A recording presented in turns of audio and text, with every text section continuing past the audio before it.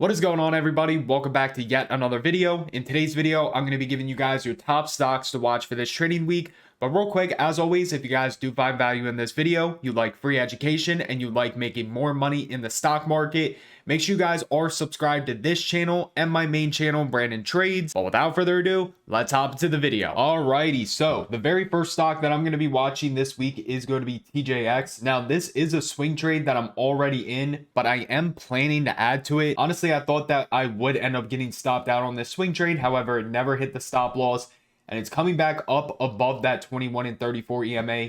It's still squeezing. All it's been doing is bouncing off of this lower trend line right here. So what I'm going to be looking for early next week is a potential add to my swing trade to then get the pop above this trend line right here and hopefully take this thing all the way back up into 80. Now, if you're not in this swing trade already, what I would be looking for is a base above that 21 and 34 EMA. If that can end up happening, I would look for a low risk entry. But with this TJX, if it's able to break above that daily trend line right here, I do believe that daily squeeze will try to fire up. And to be honest with you guys, I don't really have too much resistance on this thing to the upside until around like this 81.21 area. As you can see, previous resistance, support over here. And then a future price target. They do have earnings coming up on 5/17, but in the future, I would be aiming for this $86 area up here. Now, the next stock I'm going to be watching is going to be TTD. Now, with TTD, this was on the watch list last week, but it did end up coming back and forming that base on top of that 21 EMA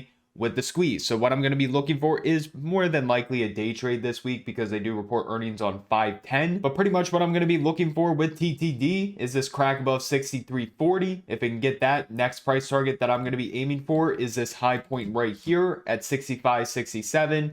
And then 66.35. So again, I will be looking for day trades on TTD. Not too interested in the swing trades only because they have earnings on the 10th. But I do really like the way that this is looking, holding that base of the 21 EMA. It's been squeezing since 411. So definitely keep your eye on TTD. Now, the next stock I'm going to be watching is going to be Dash. With Dash, they ended up reporting earnings, came right back down, tested that daily 21 and 34 EMA. Buyers bought it up, pushed price back up into 63. It has a nice daily squeeze, been in it since 411. If this thing can crack above 65, I have no resistance until around that $70 area. So I'm either going to be looking for a swing trade on this, maybe a day trade depending on the liquidity. There's also some resistance around like 67. But I do like potential day trades. I do like swing trades. Probably going to be looking at a butterfly spread. But either way, again, I'm really liking this daily squeeze. So I will be keeping a very close eye on this for a potential entry this week. Next up, I'm going to be watching QQQ. If you guys did not see my SPY and QQQ market update uploaded on my main channel, Brandon Trades, make sure you guys go check that out. That link will be down in the description. But with QQQ, again, same thing. Loving this daily squeeze. Came back, retested that daily 21 EMA on Thursday. We got a nice bullish close above that high on Friday.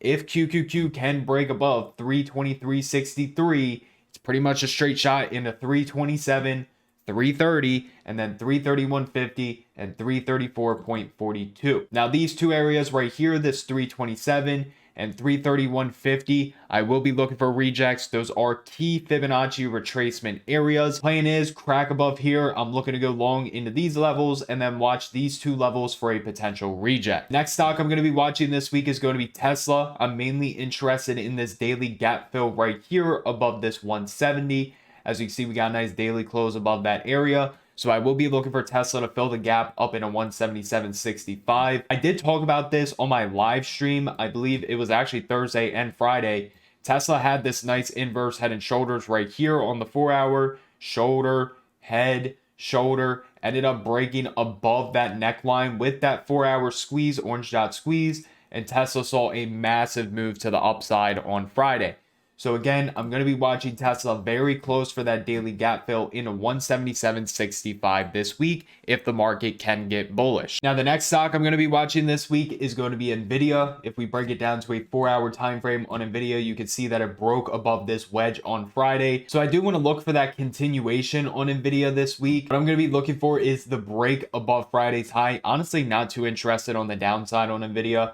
So I'll be looking for that break above Friday's high for the push back into this 289.50, which was previous resistance to 290.50. which was, I believe, what was that, Monday's high? Yeah, Monday's high. And from there, if Nvidia can break above that 290.58, I have no resistance until 300, which is going to be psychological resistance.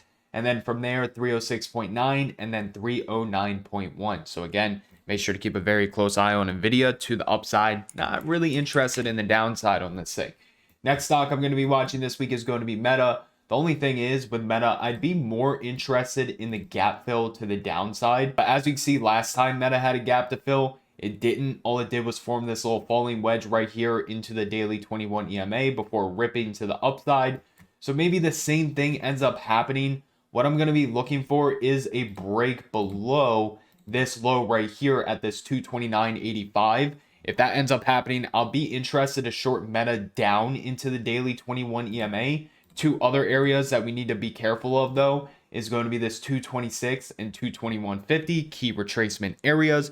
So Meta could end up bouncing at these areas. If Meta does pull back to both of these levels, I will be looking for a potential bounce. But in between those areas, I will be looking to short it. So we get to the areas, look for a bounce. If it fails to bounce, I'll continue to look to short it all the way down into the gap fill. Now, the final stock that I'm going to be watching this week is going to be Apple. I think they're going to try to just push it back up to those yearly highs at 176.15.